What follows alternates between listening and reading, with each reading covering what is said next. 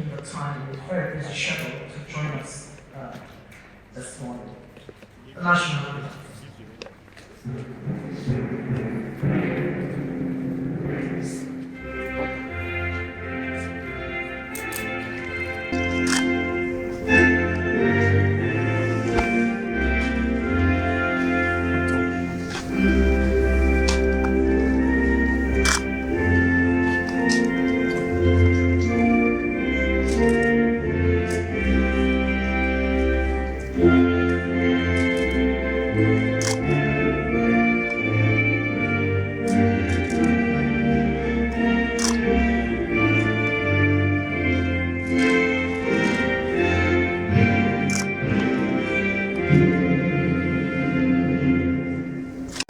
Special advisor to the President of Social Investment, and her entire team of at-risk children project who are here present with us today. My lords, spiritual and temporal, members of the Fourth Estate of the Realm, members of the Diplomatic Corps who are here in their numbers, distinguished ladies and gentlemen. I'd like to warmly welcome you to this very special occasion of the At-Risk Children Project Summit 2022.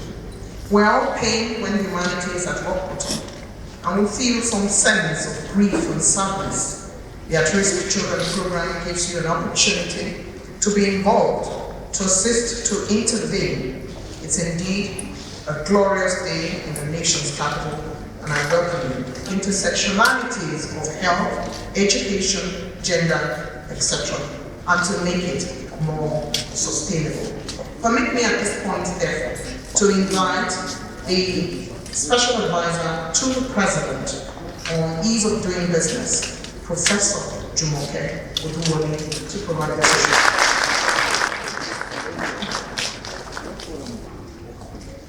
Your Excellency, the Vice President, His Excellency Governor of Borno State, ably represented here today. The Secretary to the Federal Government, also represented. Honorable Ministers here present and their representatives. Special Advisors to the President, particularly Mrs. Mariam Ruiz and her team. The Accountant General, the Statistician General, Permanent Secretaries, heads of federal government agencies and parastatals, members of the Diplomatic Corps, development partners and donor agencies. The At-Risk Children's Program welcomes you all. It is indeed a pleasure to have you in attendance as we look forward to deepening and consolidating the various partnerships we have already forged, focused on addressing the sundry challenges and deprivations that a segment of our younger citizenry, the most vulnerable in our society, face on a daily basis. We are honored by your presence, and we thank you most sincerely for your anticipated kind attention. Welcome. Heads of agencies, Your Excellencies, distinguished members of the National Assembly, members of the House of Reps, members of the Diplomatic Corps, development partners, the private sector, friends and family. I'm deeply overwhelmed by the presence of all the distinguished guests in the audience today as I prepare to take you through this journey that we embarked upon over a year ago under the visionary and compassionate supervision of His Excellency, the Vice President of Nigeria, Professor Osinbajo. I welcome you all most sincerely and ask for your patience and understanding as I take you through this story. Having begun activities too late for the 2021 budget process, ARCB has submitted its proposed budget for the 2022, 2023, and 2024 budget cycles. From past experience garnered in supervising Empower, we are aware of the huge number of graduates with OND, NCE, or even degree certificates who reside within our LGAs without jobs. For us, these youth can and should be transformed into huge opportunity for our country. The approach therefore adopted in acknowledgement of the teeming numbers of target beneficiaries that are out of school and the sheer needs is to request for data relating to 50 unemployed but educated youth of both gender that must live within the LGAs so that they can be trained on the 7 pillars of ACP as proposed trainers, supervisors, mentors, and monitors for the target beneficiaries. Being conversant with the language and the cultural nuances of their area, while also living within the traditional community and religious setup, even being familiar with the families of these youth and the children, our ultimate objective is to build an army of competencies and capacity at local level, with the skills, the passion, and an oversight sense of responsibility amongst these older youth who have had benefit of and appreciate the value of education. In addition to the 7 pillars that these youth are taken through, therefore, these facilitators are also trained on other cross-cutting concerns, such as child pedagogy, how to address trauma with the support of UNICEF, how to provide paralegal services in the community with the support of the Legal Aid Council. There's so much going on SGBV, and many people don't know where to go, how to address the violations of their rights. They don't even know what their rights are. The security awareness training is also going on because we found a lot of interest from retired military who said, look, we can get involved in this. There are emerging concerns. We want to know, how we can get these youth to look out for early warning signals. And the curricula includes leadership and management skills, conflict resolution, peace building, patriotism, self-restraint and discipline, diligence against early warning signals, as well as other relevant and emerging concerns. Each of these youth facilitators, after being trained and having been consciously prepared for assuming this nurturing responsibility, is assigned a minimum of 50 other children, the target beneficiaries, within their vicinities.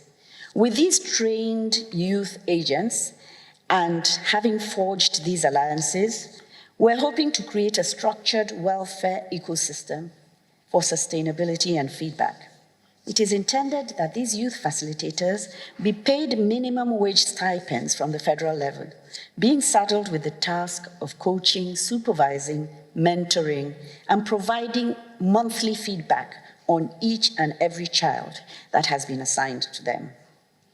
That will afford us at federal level the trends and the adjustments that are required for continuous analysis and learning towards curbing child poverty in a more sustainable and meaningful manner. Beyond the data being collated, therefore, because we're getting data from all of these states, we need the human element of nurturing, of people to guide these younger ones, those that will keep these children in school. So if they're out of school and if there's your responsibility, you need to report on that and you need to ensure that they're back in school. The older ones that have been trained on vocations, we need to form them into cooperatives and get them to work together as teams. We need the overall care and concern that would address the sundry challenges as they emerge. And as we keep getting the reports, we'd keep trying to review and adjust and improve on the approach. Indeed, this aims at creating meaningful jobs for the masses of our unemployed youth resident within our rural areas, and beyond arming them with the capacity, skills, and compassion to nurture and support their peers and younger children, they are deliberately being empowered to pursue vocations of their choice as master trainers, as assessors, verifiers. We have a dearth of assessors and verifiers in many of the states, and the National Board for Technical Education has developed modules to convert local artisans and even these youth into assessors and verifiers who are like external examiners in universities.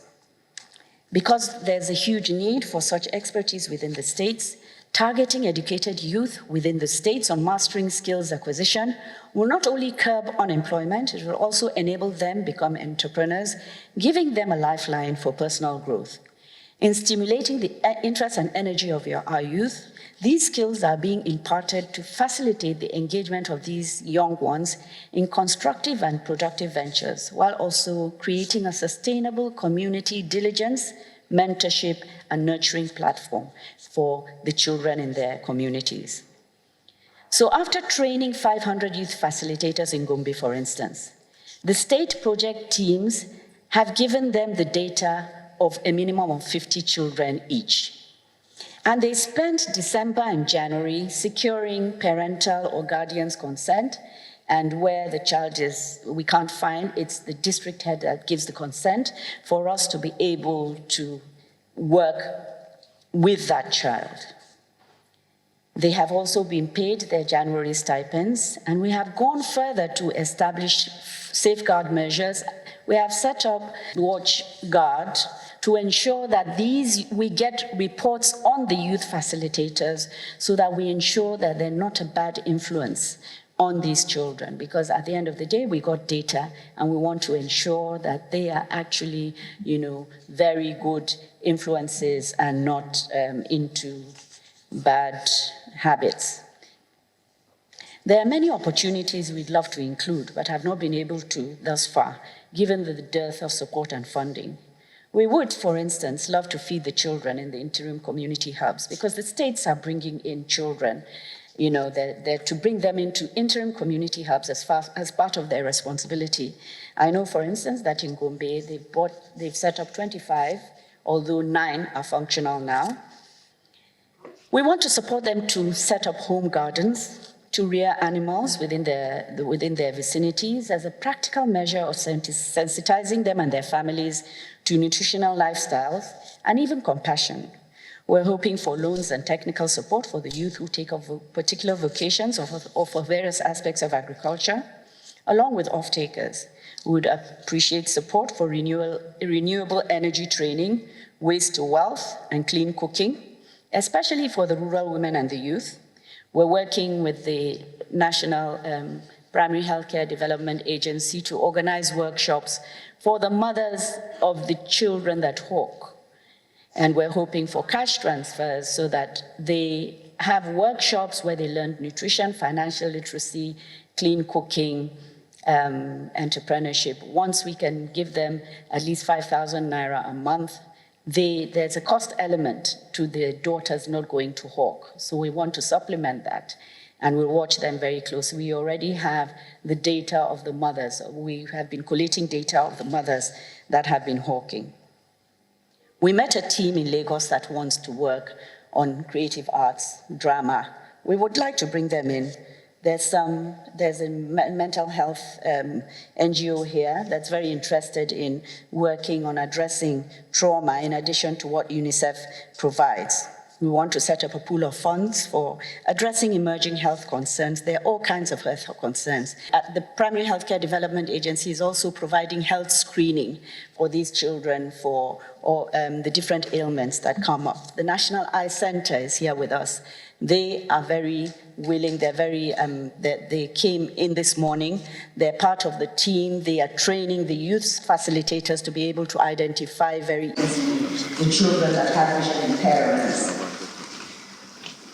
We're looking at entrepreneurship across skills, entrepreneurship training across skills applications, equipment to starter kits, and an efficient management information system, embracing technology for scale and objectivity, internships in the digital sector, monitoring, evaluation, and an efficient grievance feedback mechanism at community level. Research on challenges and trends, including how best to address and curb child poverty. We need support on communications, media, and advocacy in general, but especially in the communities and against child marriage, because we feel that's one of the triggers for a lot of poor human capital indices in our country. All of this is very doable, but only if we work together for the common good. This is our past, this is our present, and this is our future. This is why our being is open to partnerships from everyone. There's something here for everyone, depending on the focus of the sector. Public, private, civil society, development partners, social entrepreneurs, impact investors. We must work assiduously towards social inclusion, bridging the gender and poverty gaps, and leveraging on existing local expertise. We must abandon the approach that creates a multiplicity of efforts with so many working in silos. We cannot afford to be territorial. We must embrace those interested in adding value to the many efforts that are bound. But we must come together and work together. The numbers are just too huge. The needs are just too sheer. We certainly do not have the monopoly of knowledge or time on our side. We remain open to advice on how best to ensure peace, success, and sustainability, and have prepared our staff to engage with you on feasible linkages after this event. I wish to convey our sincere gratitude for your anticipated kind cooperation in response to our request to support our team, commencing with states that have indicated an interest to engage the huge numbers of youth and children on the challenges and deprivations that are prevalent. That said, I personally wish to place on record the patience, the hard work, the determination of every single member of our team, as they have worked under considerable pressure and paucity of funds to attain the relative success that we have achieved today.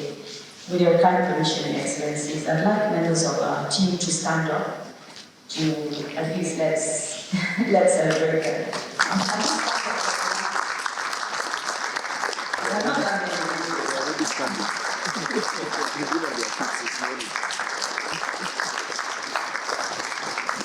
Our prayer began as a legal faith, and for those who believe in our prayer and held our hands, we must acknowledge and celebrate you today. The Honourable Minister of Finance, and of course the Minister of State for Budget, National and Planning, Uduma Authority.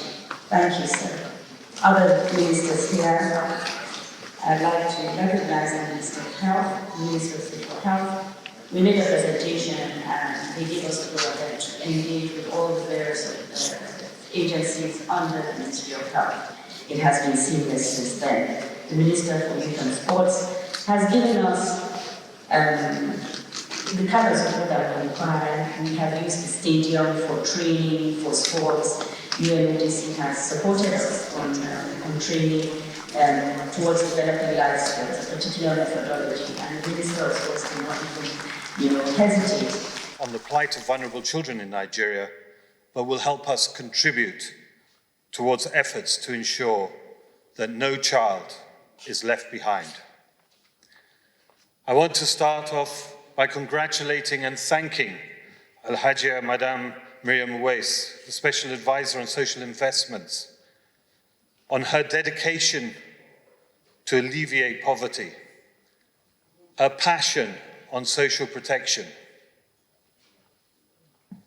her ability to deliver and make real change to the vulnerable children of Nigeria, and now to those at the pinnacle of those who are affected, the at-risk children. Your dedication, your innovation, and your passion to make a real difference to the children of Nigeria is for everyone to see. Congratulations, mate. Investments will require a strong archway, and Your Excellency, the Office of the Vice President, is well placed to create that environment. The United Nations Development Programme and UNICEF are here supporting you all by providing technical and financial support to create that environment. That environment is about, as Al-Hajia Miriam Uwais said, to strengthen the social community services for child protection at where it really matters, which needs to be informed by supporting the government's efforts to invest in evidence base, to improve the learning outcomes and adolescent skills so that children themselves can have something to aspire towards and to create the opportunities for their future. But above all, to enhance the social protection interventions so they make a real difference where it is crucial. As the film says, children of Nigeria face multiple deprivations and are often the victims of violence and exploitation. As part of the first phase of our investment, we collectively support the efforts of the government to address the situation of Al-Majri children, of out-of-school adolescent girls, children of the street.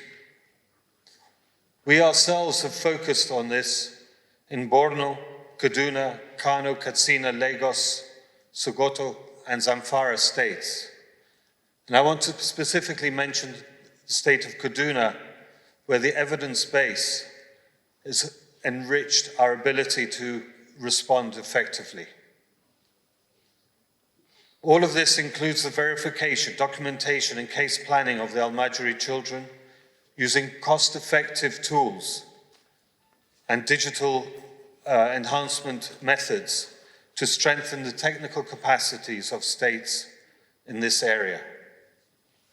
A labor market analysis is in progress, which will inform how to ensure jobs, skills, and empowerment of young people in Nigeria using the digital economy, workforce readiness, and youth engagement as part of Nigeria's Generation Unlimited partnership. I want to congratulate you all on your engagement, but ask us all to listen to what children themselves say and create more platforms for them to be visibly part of the solutions. Everybody has a role to play. Together, we can build a better future for every Nigerian child. Thank you very much for this opportunity. And Mariam Weiss and our program, congratulations and good luck for the future.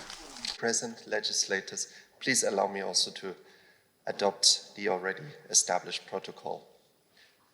At the United Nations Office on Drugs and Crime, just as our sister agencies, we're very proud to be associated with this initiative, with the At-Risk Children Project. We share its vision, and from our perspective as UNODC, as you will not be surprised, our focus is very much to help addressing the vulnerabilities that exist with regard to drug use, with regard to violence, with regard to crime, and children out of school are very much more prone to become part of this, either as victims or as perpetrators. Our job is to turn the demographic dividend into a reality and make sure that it doesn't turn into a nightmare, which otherwise I think there's a real chance to do so. We know from UNICEF 13 million Nigerian children out of school. We know from our own research done together with the National Drug Law Enforcement Agency and the National Bureau of Statistics that out-of-school children are significantly more prone to, for example, drug use, almost twice as high as in the general population, which is already very high and 3 times actually the global average. So it is absolutely critical that we devise jointly interventions to prevent youth from becoming engaged victims or perpetrators of crime, being engaged in drug use. And it is our contribution to the ARCP to help building the respective skill sets in the youth focal points that are being trained at the moment to then deliver the various service lines. One of them, as you heard, is our Line Up Liver program, which is a sports-based life skill program, but there are many other tools that we can put at the service of this program, and we certainly look very much forward to working with Mariam Weiss and her entire team, of course under the leadership of the Vice Presidency and the leadership of the governors adopting this program going forward. Thank you very much. Human development. We describe human development, or we see human development as a process of enlarging people's choices, allowing citizens to lead a long and healthy life, to be educated, to enjoy a decent life and standard of living. So for us, human development, therefore, is a real freedom. And within that context of human development, attending primary school and secondary school, being educated, is a key ingredient of achieving that human development. So when we deprive young people, and we've seen the pictures today, the stories, and when you travel around the country, you see those young people, especially in major cities. We're depriving them the opportunity to realize their real potential. And if we deprive them of that opportunity to realize their real potential, then we deprive them the opportunity to contribute to this country's development. So it's so fundamental because we don't know who those kids could have been if they went to school. A future scientist, a writer, a future president. All that is deprived when you don't have access to education. So this work that has been done under your leadership and management of Madam Awais is really important for us and is important for many of the international community here. Second story I wanted to tell is a story of who is joining extremist groups across the continent. At UNDP, we did a report a few years ago in 2017 called Journey to Extremism. And we wanted to know who are these young people. We interviewed those who joined, and we had a control group of those who did not join. And the biggest difference was education. Education, not only education in terms of secular education, which was a huge important factor for stopping young people being attracted to extremist groups, but also religious education. And for many people will tell you, the religious education we receive in many of these places are not one where you understand your own religion, is one of cramming. So then you will need a middleman to tell you or pollute your mind in terms of what your own religion is telling. So the second story is one of security. Majority of young people who join violent extremism in the African continent come from a low level of education, or in many places are very much illiterate. So first is a story of depriving the country young people who could contribute and find solution. And the second story is a story of risk to the country when these young people are left to themselves. I interviewed a young Somali who joined an extremist group, and I asked him the question, why are you destroying your own country? Why are you involved in destabilizing your own country? His answer was, what has the country done for me? So that is an extremely important factor, because you will destroy what you don't have investment in. And for many young people, the country has not invested in them, and when they see that the education system is not available for them, or basic services are not available for them, then it's very difficult to convince people to protect what hasn't protected you. So I just wanted to share those two messages and say that from a UNDP side, we're committed to support the leadership, and you can count on us moving forward. And I want to thank also my colleague from UNICEF, who has been really working closely with us and the entire UN system. Thank you very much for for my presence here and gave me an opportunity, and it's a real privilege to give this goodwill message. Despite the fact that the World and the World Bank, we're not directly providing any financing for the ARC effort. And but I remember Hajia Mariam, I think over a year and a half ago, having the first conversation about this issue of at-risk children. I think others have spoken. She has spoken very eloquently about why this is so critical for Nigeria's future, both in terms of the missed opportunities and the heightened risks that it represents for the nation.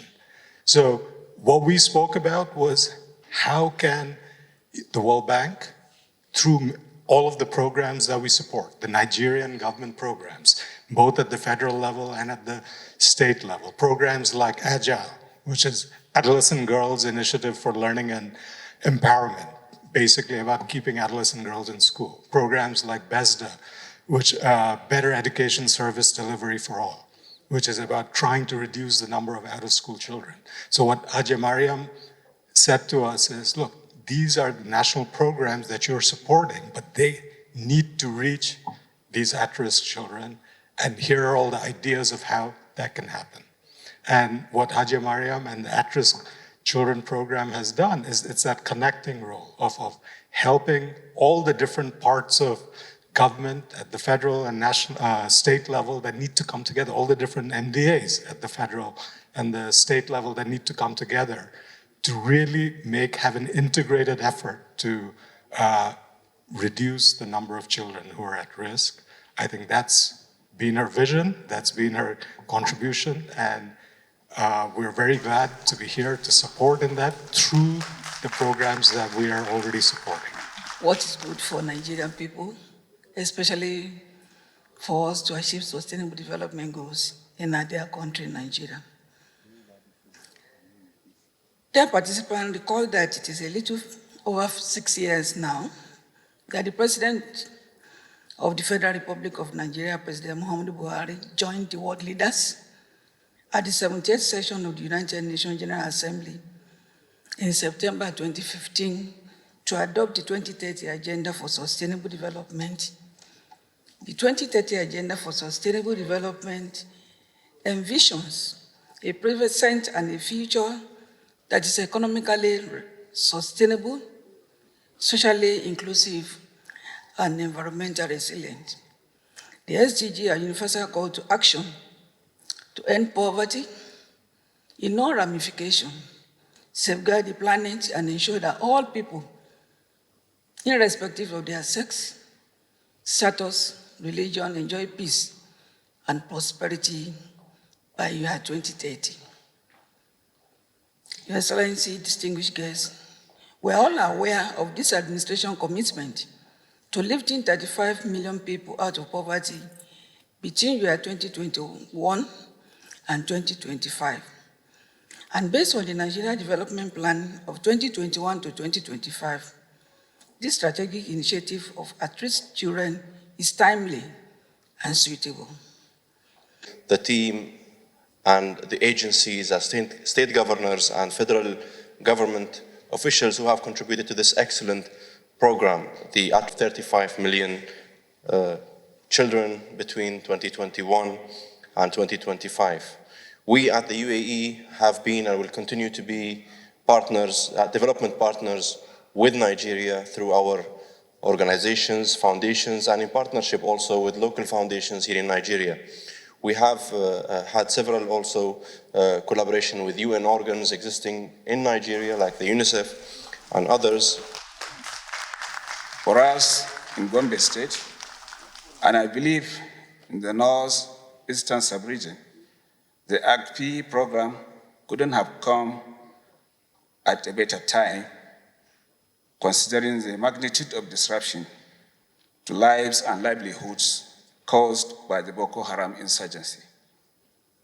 As we are all aware, children and young adults, especially girls, are disproportionately affected by natural and man-made disasters, such as the brutal insurgency that we witnessed in the past decade. As in many conflict situations, thousands of children in the 6 states of the Northeast sub-region have become victims of forced displacement, kidnapping, maiming, child soldier recruitment and syndrome, sexual molestation, stigmatization, hunger, forced labor, deplorable health conditions, and many more challenges. Little wonder then that the region accounts for nearly 70% of vulnerable children in the country. Although Gombe State is not the epicenter of the Boko Haram conflict, its geographical location in the center of the Northeast, that shares boundary with all the other 5 states of the Northeast has made it a regional shock absorber, as can be seen most vividly in the influx of over the years of internally displaced persons from frontline insurgency states of Borno, Adamawa, and Yobe. The tremendous pressure on the state's basic infrastructure and services, especially schools, health, and social care facilities, due to these demographic changes, has necessitated the introduction of new and varied measures to provide for the educational, health, and other needs of a large number of the vulnerable children and youth. When I came to office in 2019, I found that Gombe has one of the highest rates of out-of-school children, with over 700,000 children roaming the streets out of a population of about 3.5 million people. That is way above the UNICEF estimated figure of 500,000. These children face uncertain future due to exposure to all forms of risk and vulnerabilities, which, if left unaddressed, will not only prevent them from participating actively in the socio-economic life of the society, but also jeopardize the peace and security of the country. Consequently, we embarked on an intensive statewide stakeholder consultation with a view to finding lasting solutions to these threats. Because of a large majority of out-of-school children are associated with Almajiri system of education, we made concerted efforts to secure the cooperation of Zangaya school owners and practitioners in expanding access to early grade education to all the Almajiri children. And we got the support specifically of UBEC through the Basic Education and Service Delivery for All initiative. Similarly, our approach recognizes the need to providing employable skills to the children. Hence, we initiated a girl child skills acquisition program, which has so far trained 3,000 girls on beads making, bakery, and cosmetology. All beneficiaries of this training were provided with starter packs to enable them pursue decent jobs so as to support their livelihoods and indeed their families. Given the enormity of the challenge of child neglect, social exclusion, chronic poverty, and abuse, which is worsened by population explosion, conflicts, and recently the disruptive effects of COVID-19 pandemic, we broaden our search for effective ways and means of confronting the problem. Thankfully, the Buhari-led administration introduced the laudable At-Risk Children Program initiative.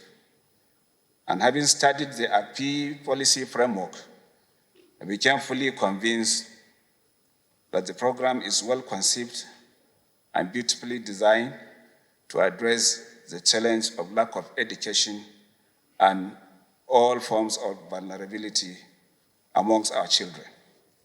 Soon after the introduction of the program, we approached the Office of the Senior Special Advisor to the President on Social Investment, Hajia Mariam Weiss, to see how Gombe State can key into the RP without any hindrance. Our series of engagements has yielded results which led to the signing of the Memorandum of Understanding so that Gombe State could pilot the takeoff of the program. Thereafter, we set up an advisory committee comprising of critical and highly respected stakeholders from within the state, headed by my own wife, who, as a former school teacher, is a very passionate advocate of child rights and Empowerment to oversee and advise on the implementation of the program. I also appointed a project lead with a portfolio of a special advisor on human capital development to expand the scope of the office to accommodate our state's peculiarities and to ensure full and unhindered implementation of all the programs of the advisory committee and its directives and policies, so that there will be a smoothless implementation within the government. Subsequently, a skills needs assessment was conducted to enable the prioritization of skills to be focused on what will be profitable and sustainable for the target beneficiaries in the state since takeoff of the program in Gombe. And 7 months ago, I made bold to say that we made remarkable progress and recorded tangible outcomes with regards to the implementation of the program's objectives. Some of our achievements during this period include: 1, the completion and the recruitment and training of 500 youth facilitators across the state on various skills around the 7 pillars of the ACP program. We've also commenced the stakeholder engagements in Tangaya schools and orphanages across 25 communities, and we launched it on a temporary community basis as hubs for the commencement of skills acquisition and other trainings. Only at the beginning of this week, precisely on Saturday, we flagged off the training of the first batch of 500 youths under the Gombe State Security, Traffic, and Environmental Corps, GOSTEC. That is just the first segment, and we intend to take off 1,500 more to make it 2,000. And together with the facilitators, that will be 2,500 of youth engagement. The trainees were selected from different categories of vulnerable youth across the state. On completion of their intensive training, the youth will be shouldered with the responsibility of enforcing the relevant traffic, security, and environmental laws in close collaboration with statutory security agencies in the state. These notable achievements could not have been recorded within this short period without the high level of cooperation and support that we received from the Vice President's office, especially the relentless support of the Special Advisor to the President on Social Investment, Ajia Mariam Owais, and her team. At this juncture, I would like to call on all states of the Federation to make good use of the opportunities offered by the ACP in order to safeguard the rights, welfare, and well-being of the vulnerable children and youth in the society. As leaders, history will not be kind to us if we refuse to pay attention to the conditions of the vulnerable children and youth of our dear country. And only through collective and collaborative efforts can we make headways in solving this protracted problem, as no state can do it alone.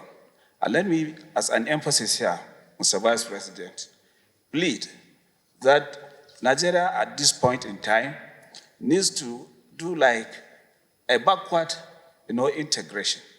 We must go back and look at what we have lost and move in double locks to catch up with the trending needs of the young and vulnerable, who are almost 65% of the Nigerian population, and who can take Nigeria to the woods if care is not taken and if they are not well guided. On this note, on behalf of the good people of Gombe State, I would like to extend my profound gratitude to the federal government and development partners for choosing Gombe to pioneer the implementation of this great initiative. Our children is really investing in the future of our country. And when Haji Miriam Uwais was going to start this program, naturally she approached us at the Governors Forum to try and assess the extent to which we were all going to be interested in the program. And many states, of course, expressed interest because many of our states are already participants in BESTA program. I think about 17 of our states are involved in BESTA. And some of us, around the time she had gotten in touch with the Governors Forum, were also in conversations with the World Bank on their Agile program. That's the Adolescent Girls Initiative for Learning and Empowerment. And the objectives of these two other programs are not entirely dissimilar to what is happening with the At-Risk Children program. His Excellency, the Governor of Gombe, has gone further down the line than many of the other states that have signed up to this program.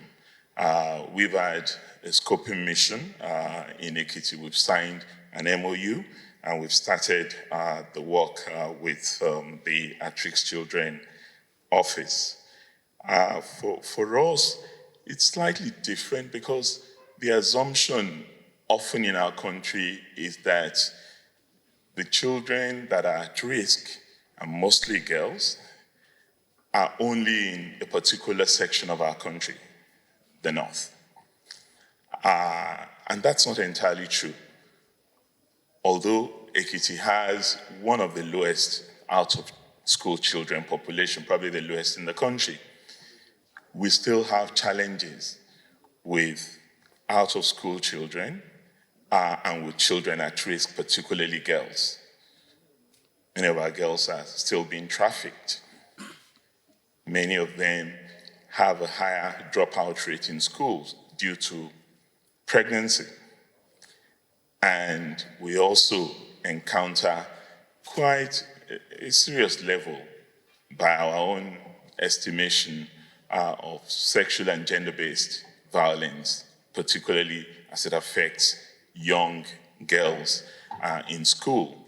A high level of defilement, and that has necessitated putting in place a range of legislation that clearly depicts our zero tolerance for sexual and gender-based violence. But that's also something that we've taken up seriously at the level of the Governors Forum. In June last year, we declared a state of emergency against sexual and gender-based violence, June 2020, in the heat of COVID, because we noticed an increase in sexual and gender-based violence, particularly against young children, girls, in many of our states. And governors came together and we all decided that we had to do something about this. At the time we did, there were only 14 states that had signed up to the Violence Against Persons Prohibition Act, VAP. But today, Your Excellency, we have 30 of our states signed up to VAP in the Federation. And the other 6, we're working very, very closely with them to ensure that they sign up to it. Of course, signing up to law and legislation is one thing. Enforcement is a whole different ballgame. And ensuring that these laws really have teeth and have effect and impact is one of the areas in which At-Risk Children program is also focusing on in the states where the program is working. And we stand ready at all times. By the time we combine the work they're doing with the work Agile is doing, with the work BESTA is doing, and many of the other programs, in an integrated manner, we would be able to achieve a significant level of reduction in out-of-school children, in increase in literacy and numeracy, in life skills development, in digital skills development for our girls and our children in general. So I want to congratulate Hajia Miriam Uwais and the entire program. I want to congratulate Your Excellency, sir, for being the driving force behind this. And want to reassure you that as governors, we stand ready to work with the At-Risk Children program at the level of the Nigerian Governors Forum and with my colleagues in the various states that are involved in this. I congratulate the team and look forward to continued partnership with them. When the governor of Ekiti State was speaking, especially during the protocol, I heard him say, "My brother governors." And then I looked at it in the last mile intervention for the vulnerables. I'm earnestly looking forward to the day when the chairman of the Governors Forum would also be saying, "My sister governors."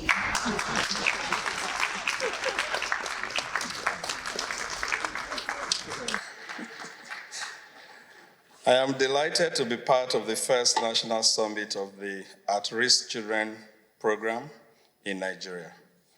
The issue of vulnerabilities of children and young adults who lack social protection and the luxury of basic formal education is a huge challenge globally as well as across the length and breadth of our country.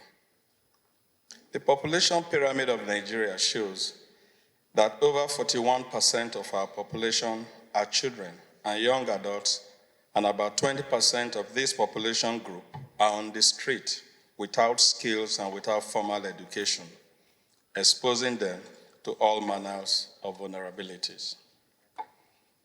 Let me take this opportunity to specially appreciate the Vice President, Professor Yemi Osinbajo, SAN, GCON, for his commitment, his dedication, and his leadership to ameliorating the sufferings of the underserved and the underprivileged in society. I am really thankful for your contributions to the development of our economy and our nation. We all value your performance and your impact since the inception of the present administration. May God grant you the wisdom and energy to continue to give your best to the service of the nation.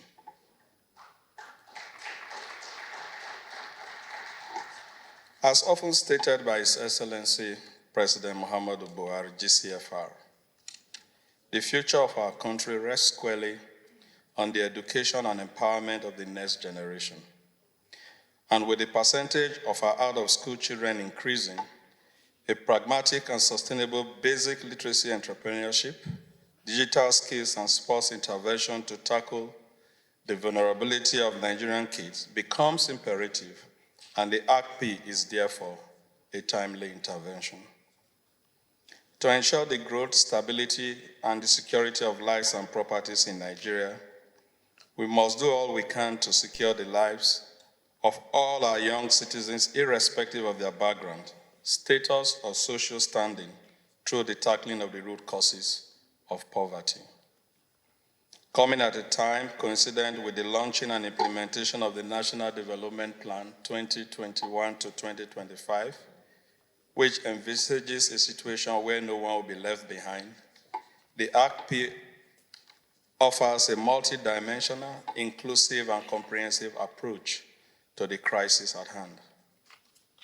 It is heartwarming to see that the 7 pillars and the goals of ACP fits into the National Poverty Reduction with Growth Strategy, a vehicle designed to ensure the alignment of the National Development Plan with the commitment of President Muhammadu Buhari GCFR to unlock Nigeria's potential in all sectors of the economy for sustainable, holistic, and inclusive national development.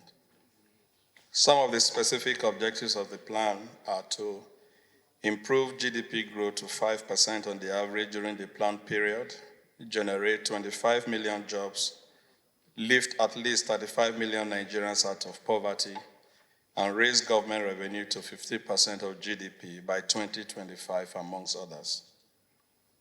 As the co-chair with the governor of Nasarawa State of the Technical Working Group of the National Poverty Reduction with Growth Strategy, ACP is situated as an in-flight standalone project to be supported, measured, and monitored for impact.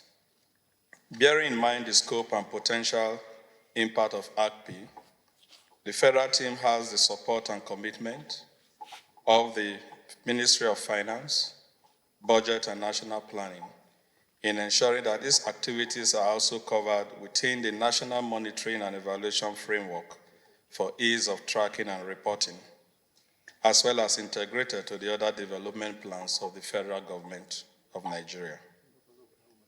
One of the limitations to resolving the issue of vulnerabilities of children and young adults is data and the creation of a harmonized and comprehensive database for continuous monitoring and evaluation of the program, and the performances of all stakeholders with the aim of improvement and undertaking research is desired.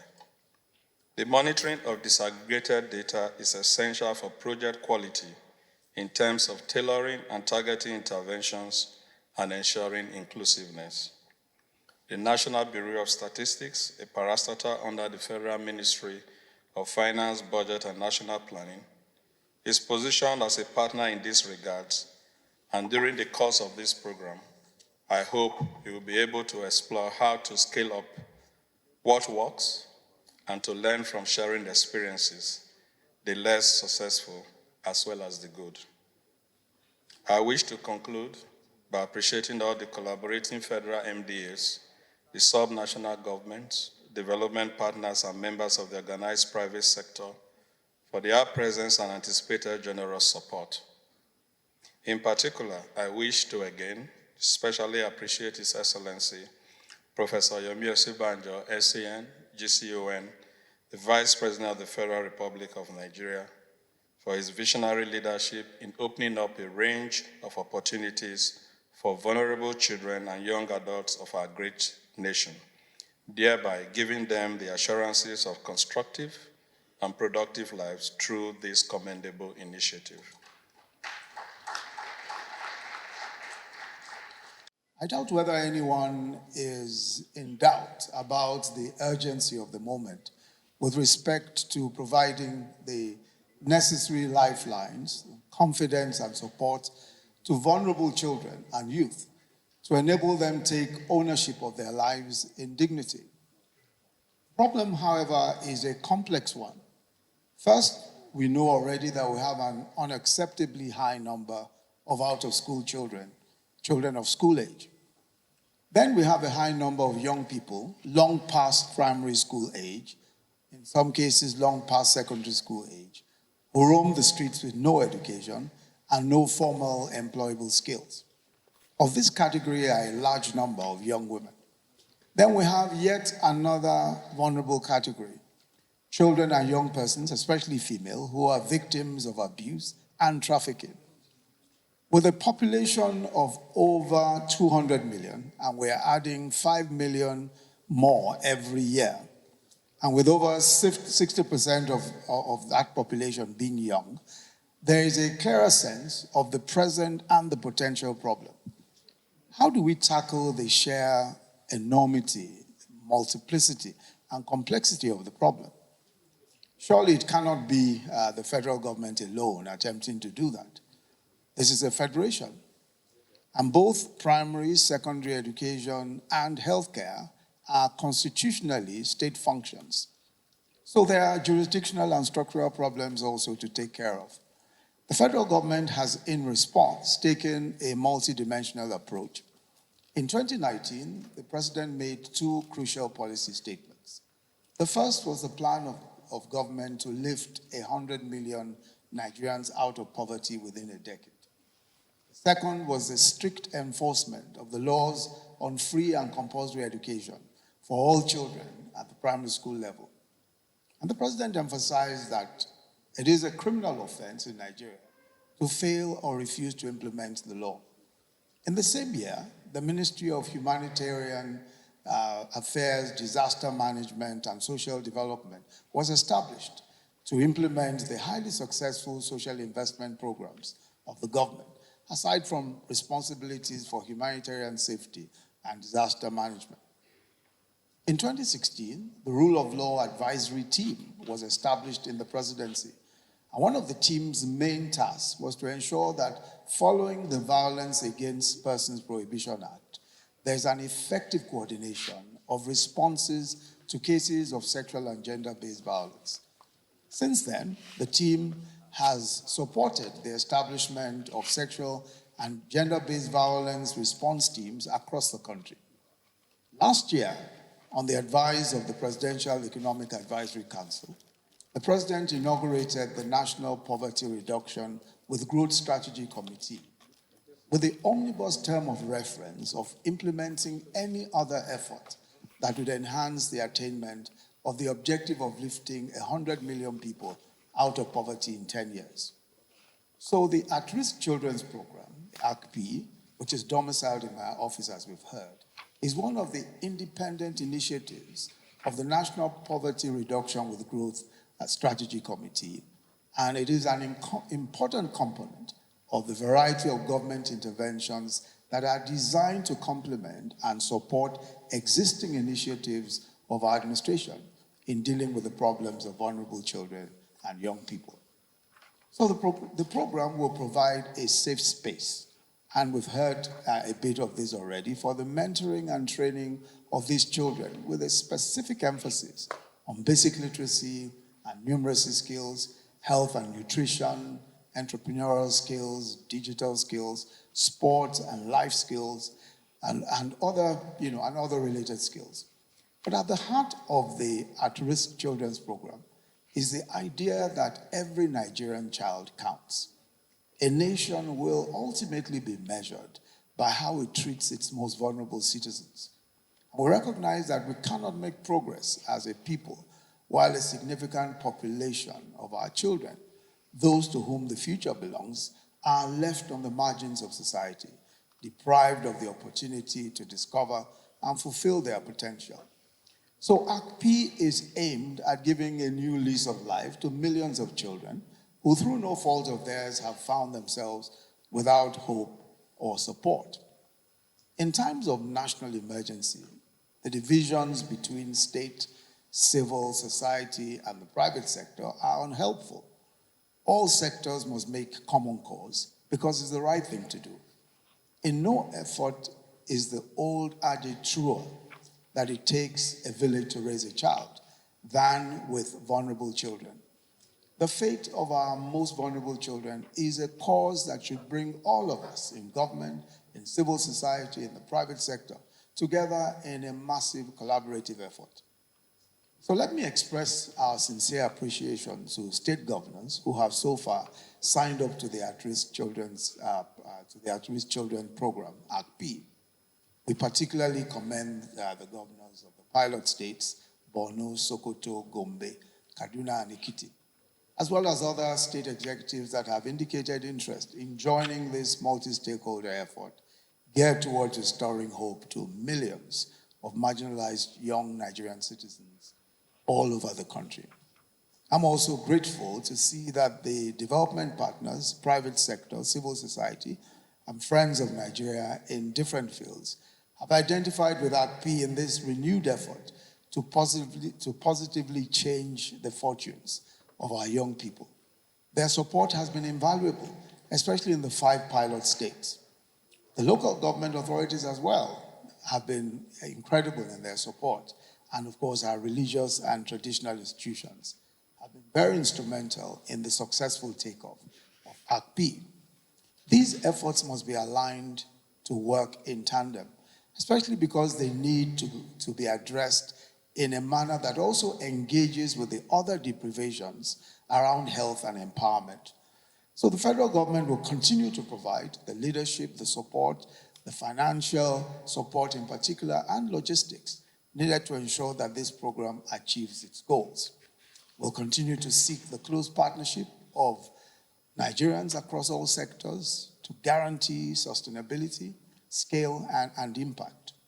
The only way to guarantee the long-term peace and prosperity of our communities is to invest in our children by providing opportunities for them to thrive and be productive within their chosen paths, thereby giving them hope for a better future. Finally, let me commend Hajia Mariam Owais, sometimes called Hajia Dr. Mariam Owais, Special Advisor to the President on Social Investment Programs, the coordinator of the ACP program, and her slim and nimble team for their passion and commitment to this cause, and also for the very hard work of putting together the collaboration of the states and all of our other partners that have made ACP possible. Your Excellency's honored guests, we've begun a journey that must, in the end, give succor and hope to millions of young people. And it's a great comfort and encouragement to know that we do not walk this path alone. Thank you all for your support. May God bless the Federal Republic of Nigeria. Thank you.